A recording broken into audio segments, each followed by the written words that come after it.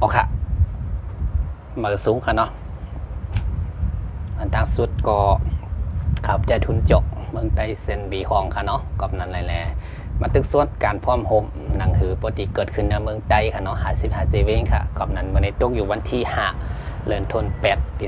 2022เนี่ยค่ะเนาะกับนั้นแหละย้อนให้กูก็หมูบนจอมทัดสร้างจอมในเมืองจึงไต้เขาในมันเกิดอย่างขึ้นการพร้อมโฮมเกิดขึ้นอะไรนั้นมันเป็นเพราะเกิดขึ้นกันแล้วในขณะกอบนั้นคดีมายกตัวอย่างมันแม่งนี่ด้วยเพราะว่าเก๊กเนี่ยก็อย่าไปลืมติดตามจอมในช่อง YouTube ข่าวและ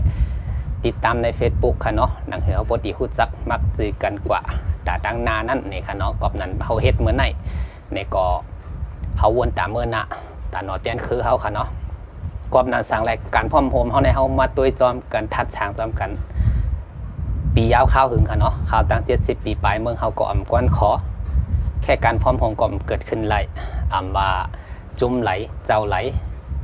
เฮ็ดให้พี่น้องก้นเมืองไหลตุกขะนั้นก็ตั้งพิษมันอยู่ที่ก้นเมืองฮะนั้นตั้งพิษมันอยู่ที่ก้นซึกฮะนั้นก็ตั้งพิษมันอยู่ที่ปาตีห้าเนี่ยก็เขามาจอยกันม่วนเมหรือว่ามาแลกเปลี่ยนตั้งหู้กันค่ะเนาะค่ะผมจะพูดล่วงแหลนเลยกัดเชียนก็เพราะว่าใจหักเนื้อเจอจัดแผ่นลินของเขาหนังหือเมืองเขาปอดีเลยอยู่หลวมกินสะเหมือนหนังเมืองเปิ้นค่ะเนาะกอบนั้นเลยเขามาอยู่เมืองเปิ้นก็หันอยู่ค่ะลองตุกข่าลองหยับผืดเป็นชื่อหือเนี่ยก็อำลาดก็ใต้หูอยู่อันว่านั่นเนี่ยกูก็มาตกอยู่เมืองไทยเมืองเขแล้วก็เมืองไทยเนี่ยค่ะเนาะอันที่จือเสียงหลังเฮเปิ้นหมดเนี่ยก็จะมีตรงต่างภาคเอเชียในแกว้งกับเขาเนาะเพราะว่ากระดังเมืองตะวันตกหรือว่าตะวันออกเขาเตก็เตรียมหัวค่ะเนาะก็ตั้งเมืองไกลๆเตก็เมืองสหรัฐอเมริกาหรือว่าเมืองญี่ปุ่นญี่ปุ่นเขาจะได้เตค่ะเนาะกำนันในที่ค่ะที่มายกตัวอย่างไว้ให้อย่างแรกการพร้อมโฮมเมืองไต้เขาเกิดขึ้นไรเนี่ยเขามายกตัวอย่างกันปุ่งจามมันค่ะเนาะปุ่งจามมันเขามาตัวจอมค่ะกำนันหลายๆเมืองเขาในการตีเฮ็ดผู้ใหญ่ก้นหลงหนึ่งโก้เนี่ยก็หาตีใจใหญ่ก็มีค่ะเนาะหาตีใจใหญ่อันบัวตีอ่อนเอาเมืองเฮาโปอะไรขึ้นใหญ่กวนขออันว่านั่นเนี่ยหาใจก้นผู้ใหญ่ผู้นำที่ว่าเฮาพี่น้องก้นเมืองโปอะไรใจใหญ่เนี่ยไปมีเผอค่ะเฮามาทัดสร้างตัวไปมีค่ะในเมืองจึงใต้เฮาเนี่ยฮะอันนี้ปลาดพิษก็อยู่ทอมพิษค่ะเนาะก็นั้นอันนี้แค่เป็นการทัดสร้างค่ะเนาะค่ะก็อยู่ในฐานะก้นเมืองไว้ค่ะใจว่าอยู่ในฐานะซึกแห่แลปาติและอยู่ในจุ่มให้แลออกมาลาดค่ะเนาะกอมนั้นค่ะก็เป็นก้นธรรมดาก้นหนึ่งอ่อนก้อยนี่กอมนั้นเลยในแห่งการพร้อมของเขาเกิดขึ้นไรในเมืองจึงใต้เขาในเพราะไอ้หยังค่ะเนาะเปลี่ยนจึงหืออะไรเกิดขึ้นไรมานั่นเนี่ยเขามาทัดสร้างด้วยว่าเพราะเขาติดสร้างการพร้อมโฮมเหมือนค่ะว่า1อย่าไปเอาปุนส่วนตัวค่ะเนาะอย่าไปเอาปุนส่วนตัวเป็นใหญ่2กูก็ตีเลยมีส่วนเต็บตัดค่ะกูก็ตีเลยมีส่วนเต็บตัด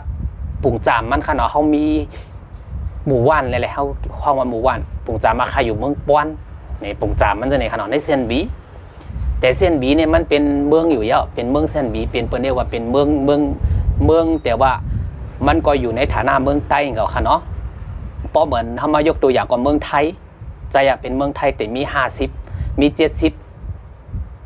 2จังหวัดค่ะเนาะเมืองไทยเนี่ยประจำพิษก่อนตีมี72จังหวัดมันตีเป็นชื่อไหนค่ะก็พังละในเมืองไทยเนี่ย72จังหวัดเปื้อนเฮ็ดเมืองกวนขอไหล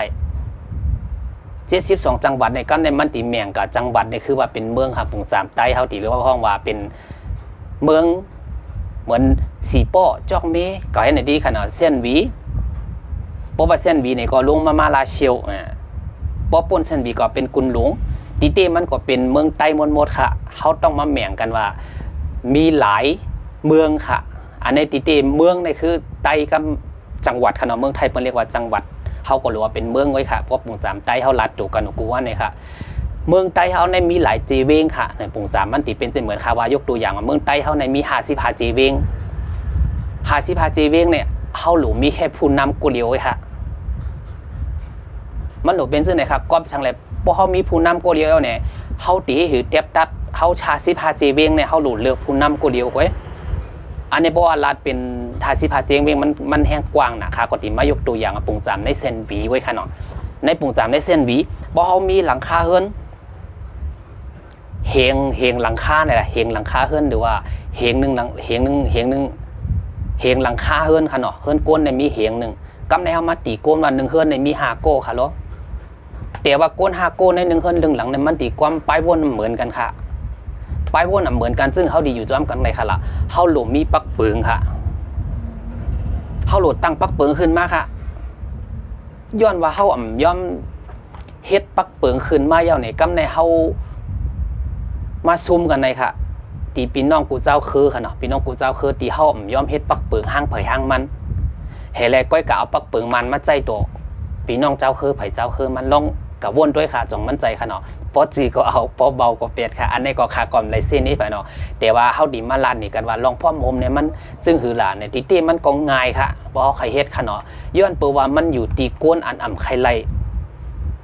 เมืองหลอดเลี้ยวๆอะไรเมืองก้อนขอเนี่ยค่ะเจอในค่ะพอมาทัดสร้างเย้าเนี่ยโกนเฮาเหงโก้ตีมีอยู่แค่ประมาณ10โก้ไว้ค่ะตีมคลายก้อนขอหรือว่าคลายเมืองใต้กัดเจียนค่ะเนาะคลายเมืองฮังก้อยเซาขอเนี่ยตีมีอยู่10โก้ข้างในก้อยเปิ้นเรียกว่า 100% ก็ตีหรือตีอันคลายเมืองใต้ก็ตีมีอยู่แค่ประมาณ 10% ก้อยจะในวง3เป็นจังได๋ครับแต่ว่าเฮาอย่าปีกะวนจังนั้นนะคะกอบว่าเฮาที่สร้างการพร้อมโฮมกำไหนเมืองเปิ้นเนี่ยการตีเข้าหาบเจอจานในเปิ้นไล่คัดเลือกเปิ้นไล่ซื้อเขาเจ้าว่าอยู่ๆดีกะเฮ็ดแต่กะยอบเมืองเฮาในไรค่ะเมืองในกอปัวเปิ้นมีปักมีเปิงค่ะเนาะปุง3เฮาอยู่ในเมืองเซนวีนี่แหละเมืองเซนวีเนี่ยก็เฮามีผู้นำ1โก้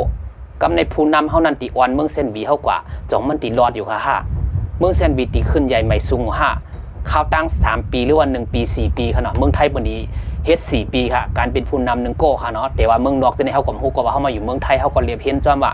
ตรงวงกวนหรือว่าการลุกพื้นการเจอจัดหรือว่าการพร้อมโฮมเปิ้นที่เฮ็ดในตรงวงกวนเปิ้นที่หืออยู่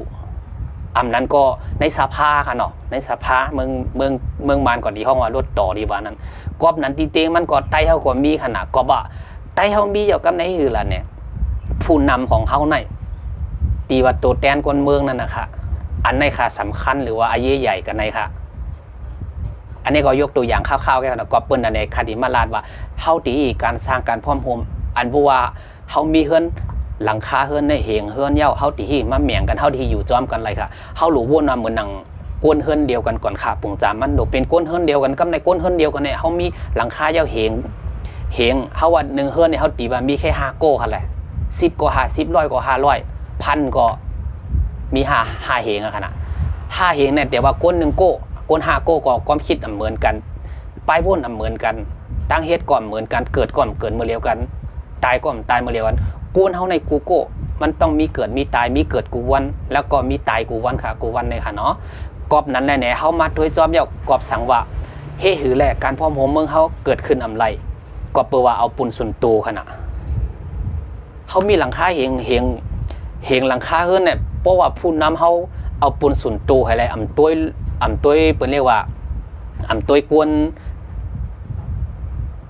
วนในครอบครัวหรือว่าในตรงวงในเมืองเซนบีเนี่ยเหงเฮือนเนี่ยผู้นำเฮาต้วยไรเฮ็ดจอมไรกำในอันก้นเฮาก้น5เหงเนี่ยก้น4เหงเก่าค่ะไรเนาะก้น4เหงเก่าค่ะไรเฮาหลวนกันไรคัดค้านว่าผู้นำก้นไหนเฮาเอาเย้ามันเฮ็ดจอมตะลาอันนั้นก้น5ปากก้อน4เหง5เหงในต้องออกมาค่ะออกมารวมกันในหมู่บ้านเฮาก้อยค่ะในตรงต่างเฮานั่นก้อยค่ะซึ่งไหนค่ะเปิ้นที่เรียกว่าการเฮาคลายส่วนไรส่วนเป็นก็เปว่าเฮายามเฮ็ดซึ่งไหนเฮแลเนี่ยเฮาก็ต้วยเปิ้นก้อยว่าโอ้ในเมืองมาในเปิ้นตู้อายีก็พังละเฮาตู้อายีมไรกว่าประมาณเขาเปิ้นมีปักเปิงเปิ้นขนาดเปิ้นมีปักเปิงเปิ้นไว้เปิ้นเอาเปียกเปิงมาเตะเข้าไว้ขนาดอันนี้ครับร้านเป็นตัวอย่างหรือว่าข้าวๆไว้ขนาดกรอบนั้นแหละเนี่ยอันนี้ก็เอาฝากไว้เป็นข้อคิดขนาดกรอบเปว่าป้อเขาติสร้างการพร้อมโฮมในมันใจยับค่ะมันง่ายๆไว้ค่ะป้ออะไรมึงกัดเย็นเหลือเศร้าขอก็มันก็ง่ายๆค่อยกรอบนั้นแหละเนี่ยเขาก็มาทัดสร้างจอมว่าอันกูวันที่มันเกิดขึ้นอยู่กูวันเนี่ยมันเป็นเพราะกันเหรออยู่กันเหรอด้วยค่ะเมืองเขาก็ติเป็นพุ่นเป็นไพ่เมืองใต้นะบางเนี่ยบางเจอเปิ่นไคลาดอะค่ะก็เปว่า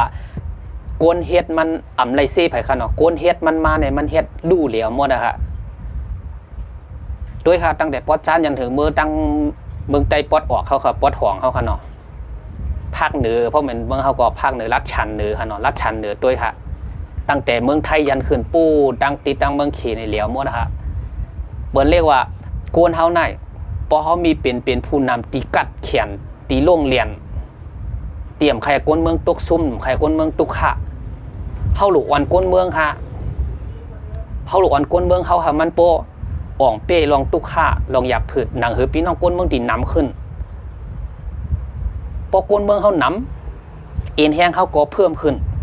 อันเฮาใครไล่ใครเป็นมันก็ตีเกิดขึ้นก็เปว่าพอเฮาตีเฮ็ดผู้นำหนึ่งโก้เฮาก็ต้องวนด้วยว่าเกาตีเฮ็ดอะไรอยู่ฮะเกาตีย่อมสีปุ่นส่วนตัวเกาอยู่ฮะเกาตีเอาก้นดังนำว่าฮะเอาก้นดังก้นส่วนอีว่าฮะอันนี้เฮาหลงวนด้วยในใจเฮาลึกๆขนาดกอมนั้นแน่ๆมันเหมือนว่าพอเฮาเป็นผู้นำหนึ่งโก้แต่เฮาตีเฮ็ดเมืองหนึ่งลูกในก็มันก่อมใจง่ายมันก่อมใจหยาบพอเฮาใครเฮ็ดขนาดกอบนั้นแน่ๆอันนี้ก็คำเลยมาสิมันนี้ไผกอบนั้นแน่ๆเฮามาแลกเปลี่ยนไปวนกันเพราะว่าคาลุงกับบ่ถูกใจนี่ก็อย่าไปลืม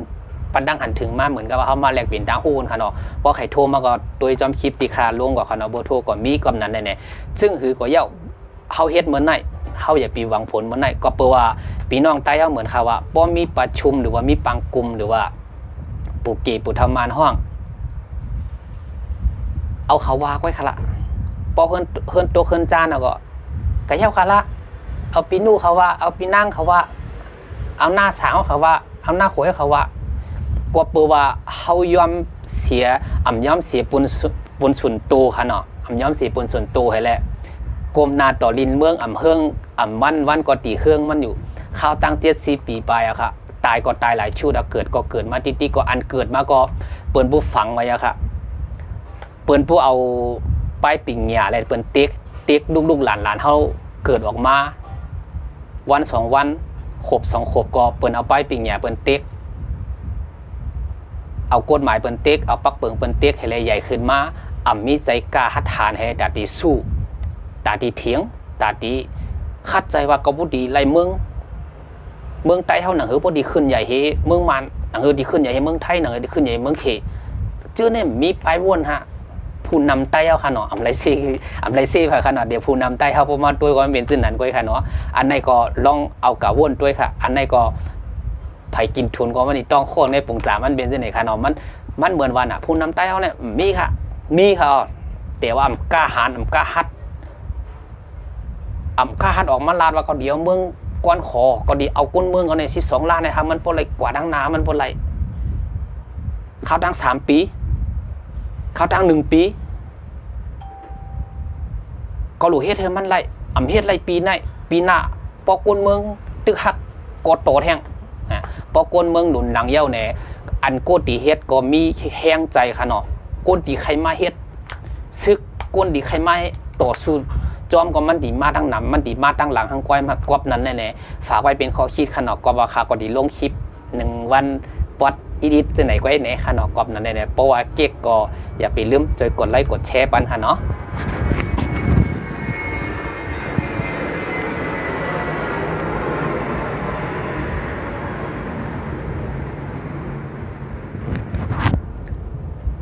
อันนี้ค่ะมันเป็นในการลุกพื้นหรือว่าตรงวงกลมหรือว่าในเมือง1 ลูกในเฮาหลวงอะไรมีผู้นำแค่1 โก้ไว้ค่ะเนาะด้วยค่ะด้วยในเมืองมานอะไรอย่างด้วยเมืองไทยก็อะไรค่ะด้วยในเมืองมานมินออนไลน์ง่ายขนาดเป็นผู้นำค่ะว่าเมื่อเหลียวมานก็มันเหมือนหนังวายโกนเฮามันอะไรส่วนไรส่วนเป็นรองเพ่งเปี้ยงเนี่ยมันหนังกันก็ขำเฮ็ดให้กันไรค่ะแต่ว่าเรื่องมานนี่เขาก็ไว้เฮ็ดแทงตั้งก่อนค่ะเลยอันนั้นก็มันเป็นส่วนของเขาจื้อคือเขาค่ะแต่จื้อคือไตเขาเนี่ยค่ะเขาหลุอันกันมาเฮ็ดค่ะเขาหลุอันกันมาสร้างค่ะอันกันมาลุกพื้นค่ะกูเลยเฮ็ดดีเขาหลุสนับสนุนหรือเขาหลุปันแห้งค่ะความไทยว่าสนับสนุนค่ะความไตว่าเขาหลุปันแห้งค่ะกูเลยเฮ็ดดีกูเลยเฮ็ดถูกกูเลยเฮ็ดผิดให้มีศักดิ์ศรีหลักฐานให้ออกมาลาดค่ะในโลกโซเชียลออนไลน์มันลาดอะไรเด็กๆเลี้ยงๆค่ะอันนี้ก็มันเหมือนอย่างว่าเนาะข่าวก็หันเนาะค่ะเขาดีมาเฮ็ดว่าซึกใหญ่อ้อเพราะใหญ่ในจุ้มไว้ค่ะเนาะ มันก็ไหลแค่ในจุ่มเลยค่ะมีพยาคาดคิดขนาดเกาอันตีเอาเมืองไต้นี่คนไต้12 ล้านในเกาอันตีเป็นผู้นำเท่าไรหนังฮือปุดีลูกพื้นไรเขาตั้ง4 ปีเขาตั้ง1 ปีเหมือนเขาว่าน่ะหนังเคเขาว่าน่ะ10 ปีแก้แค้นไปสายค่ะโกนเขาเนี่ยพอเขามาวนในเส้นกรอบนั้นเนี่ยใครปันแห้งกูโก้ผู้นำค่ะเนาะใครปันแห้งผู้นำกูโก้ให้เปลี่ยนป้ายวนค่ะให้เปลี่ยนป้ายวนค่ะให้เปลี่ยนป้ายวนซึ่งคือละในมันเหมือนลักษณะว่าโกนเขาในเพราะว่าเขาตีเฮ็ดก็ถามคนเมืองค่ะแหละคนเมืองสนับสนุนหนูฮะจ่องคนเมืองเกียกค่ะจ่องลุงน้องตะปีปองปลายในเกียกกูค่ะอะไรเมืองเผออะไรขายกมือค่ะแหละเขาเกาโก้10 โก้ถามด้วยค่ะแหละเพราะเกาโก้10 โก้ลาดมาตั้ง10 โก้อะไรก็ดำเฮ็ดแห้งค่ะละตีซุ้มข้าวยามอย่างค่ะละเพราะเกาโก้ว่าอะไร10 โก้ว่าอะไรเพราะ10 โก้โก้เลี้ยวอะไรก็เกาโก้มันตีปีเลยค่ะมันตีเป็นซึ่งไหนขนาดกอบนั้นในลาดเป็นตัวอย่างมันก็ขนาดกอบนั้นเหมือนนะครับว่าเพราะเขามีกวนเฮือน1 เหงเมืองเขามี1 เหงโก้ขนาดกวนขนาดหลังคาเฮือนก็มี5 ปากก็เปิดว่าป้ายวนเขาก่อนเหมือนกันแต่ว่าเขาหลูเอาปักเปืองฮะเขาหลูเฮ็ดปักเปืองออกมาให้แลหนังคือเขาปกติพิษโมกันได้เขาหลูเอาปักเปืองได้เป็นตีตั้งแล้วก็เอาการหักเมืองในเป็นรองใหญ่เอาไว้เป็นที่1ฮะเอาไว้เป็นที่1ฮะเขาย่อมเสียค่ะผลส่วนตัวค่ะก็จึงคือละเนี่ยพอเขาเฮ็ดจึงนั้นไรเนี่ยเมืองเขาก็ติเข้มแข็งเขาตื้นตีกว่าไรจ้อมกันตั้งหน้ากอบนั้นในปัญหามันมือเหลียวในกำพารอบ3อาจจะแตกในก็ยังจะเป็นไรมันเหมือนหนังวานะมือเหลียวในเผามีเครื่องหนักแก่เผามีปลายว่นเขียนเผาลุ่งเรียนการซึกเผาลุ่งเรียนการเมืองเผาลุ่งเรียนปลายหมักมีเผาลุ่งเรียนปลายหู้โป้สงคราม3นี่แตกอย่าปีว่าเมืองมันค่ะละ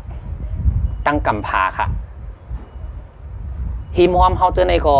ภาคเอเชียเขานะหิมหอมเจอเมืองใต้เขาในก็ติดแตกกันเมื่อเริ่มฮู้ค่ะเมืองเขกับไต้หวันค่ะเนาะอันนี้ก็พอด้วยข่าวจ้อมก็เป็นรองตั้งตีว่าตีเมืองหนังยูเครนกับรัสเซียอยู่ค่ะพอเขามาด้วยค่ะเนาะก็ประวัติเมืองเจอในเปิดเรียกว่าเมืองขึ้นใหญ่เปิดมีป้ายปิ่งหยาป้ายวนให้เลยเนี่ยก็ในเครื่องหนักๆหรือว่าตาตียิงต่อสู้กันนะหมดแล้วเปิ่นต้องใจโกนก่อนเลยก็เปื่อว่าเฮาในเหมือนคาว่าน่ะซึกเฮาในออกจากตีให้ให้ก่อเฮ็ดซึกก้อยออกจากพ่อแม่กันนะเป็นว่าก้นให้ให้เฮ็ดซึกก้อยกันแต่ว่าเมื่อแล้วมันเป็นโลกออนไลน์หรือโลกโซเชียลกำพามันเปลี่ยนให้เลยเนี่ยโกนเฮาปลายพ่นมันเหมือนตั้งเย้าเหมือนเมื่อตี40 ปี50 ปีป่นมาอย่าปดตีเฮ็ดสังเนี่ยก็ให้ตัวต่อหน้าก้นเมืองให้ฮักก้นเมืองนำให้แลให้วนว่าป้ออาตัวเก่าวนว่าก้นเมืองฮักเก่าเยา99% 99% ก็ 80% เนี่ยก็ห้องเลยก้นเมืองก็อุ้ยเลยไตโก้ก็อุ้ยเลยปีน้องก็เวออุ้ยเลยลูกๆหลานก็เวอเกาดีอ่อนเมืองใต้กว่าหางมันโปหลอดเดียวหนังหือลูกหลานเขาตาตั้งหน้านั้นโป๊ตีไรออกจานปลายผาดปอผาดเมออกเมืองก่อเฮ็ดขี้ข่ากัดตุข่าเมืองเปิ้นเฮาในมาเมืองเปิ้นเนี่ยมันจะว่าเฮามาจ่อคลาซื่อๆค่ะเขาตั้ง10 ปีปลายหรือว่า20 ปีปลายเจอเปิ้นมาบางเจอก็มันเหมือนหนังว่าโกนเฮาว่าป้อหึงมาติก็การตีเฮาใครไล่ใครเปลี่ยนก็เฮาแตกห่างจากกันกว่าติแค่ได้เตรียมเป็นก็เป็นกรรมขึ้นมากกว่าบ่ว่าในก่อโฮมสร้างก้นเมืองจึงใต้ค่ะก็อยู่นั่นให้เลยในตรงหนึ่งก็บ่ว่าก่อโฮมสร้างก่อเนี่ยอย่าไปว่าเป็นจุ้มค่ะ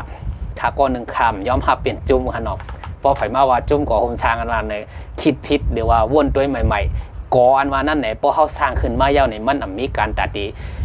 ล่มก่อโฮมสร้างก้นเมืองจึงใต้55เจเวียงมีส่วนมาเข้ามาโฮมเหมือนค่ะว่าคัดดึกโซนจะไหนข้ามมาแตกแยกใครค่ะก้อยกะว่าจุ่มอันว่านั้นพอดีมาอยู่ในก่อโฮมสร้างตีเขามัดตรงหนึ่งในก่อโฮมสร้างอย่าปียกจุ่มมาฮะอย่าปียกในฐานะจุ่มให้มันเป็นก่อค่ะเพราะตัวเก่ามั่นใจว่าแก่แขนเป็นสังฆาก่อโฮมสร้างเขาในก่อมันมีผู้นำ1 โก้ไว้ค่ะ 2 ปีค่ะ 2 ปีตีเลือกตั้งหรือว่าคัดเลือกกันค่ะเนาะคัดเลือกก่อนแต่ว่าเลือกก็แหลมจะคนที่เข้ามาเข้าห่มมันจึงมีบางทีก็เป็นปาก2 ปากค่ะเนาะก็เขาอยู่ในเมืองไทยเขาสามารถเฮ็ดเลยร้อนๆเลี้ยวๆก่อนนั่นเนี่ยเขาก็ฮู้แนวทางตีว่าเขาตีเฮ็ดแต่ว่าเขาหลงเคารพเหมือนนะว่าเขาตีมีเลยผู้นำหนึ่งโก้ไว้ในก่อห่มสร้างคนเมืองจึงใต้ในอ่ำใจของไผก็ไหลก็หนึ่งตีออกมาซี่มานี่เนี่ยก็ให้มาจอยมนเมเนี่ยค่ะเนาะให้เปลี่ยนไปวนค่ะเนาะปอตีว่าจุ่มก่อโคมสร้างในคาหับไหลค่ะนะครับย้อมหับค่ะมันเป็นก่อค่ะได้วนจะนี่ค่ะก่อเปว่าก่อพอเขาเป็นก่อเย้าเนี่ยมันตีลูกตีก่อให้ตีเป็นกิ่งเพก่อติ๊กเนี่ยค่ะเนาะอันนี้ก็โกนในก่อโคมสร้างคนเมืองจึงใต้เนี่ยเพราะขามาวนเหมือนค่ะว่า50 เจเวงครบอะค่ะดูผู้นำมันไว้ค่ะโกตีมีตังหูมีปลายวนคนที่เป็นเล่าป้านหลงเข้ามาสนับสนุนอันนั้นก็มาจอยปันเงินปันแห้งเจอในเขาดีกว่าจอมกันแหละกอบนั้นแน่ๆพอเฮ็ดดีทำมาสิมันนี่กันเจอในนี่ก็คือมันเป็นการมุ่นมีเนี่ยค่ะเนาะอันนี้ก็ย้อนฝากไว้เป็นข้อคิดเดี๋ยวไปวนค่ะเนาะกูก็ค่ะเนาะเหมือนนี้ก็ย้อนไปสูงข้างในก่อนในค่ะเนาะเขาแยกกัน1 วัน1 อิดหนังเขาพอดีอ่ำจานอ่ำจังกันพี่น้องไต้50 เจเวียงเนี่ยก็ให้หมทัดสร้างจอมแต่ตั้งหน้าเมื่อหน้าเขาอย่าไปวนว่าให้เหมือนในทีไรเมื่อพูกเนี่ยเขาต้องหลวนว่าเขาตั้ง74 ปีปลายมาในผู้นำไต้เขากูก็ค่ะนะก็ไม่เซ่เขาเจ้าค่ะก็บอกเขาเจ้าก็เฮ็ดเต็มตีอะค่ะแต่ว่าเต็มตีหรือว่าเต็มใจนั่นได้ก็ให้ผักเป็นป้ายวนค่ะเนาะกูก็เนี่ยก็อำไรมาเซ่ผู้นำค่ะเนาะแต่ว่าเหมือนค่ะว่าผู้นำก็อะไรก็เยอะค่ะเพราะว่าอ่านเอาพี่น้อง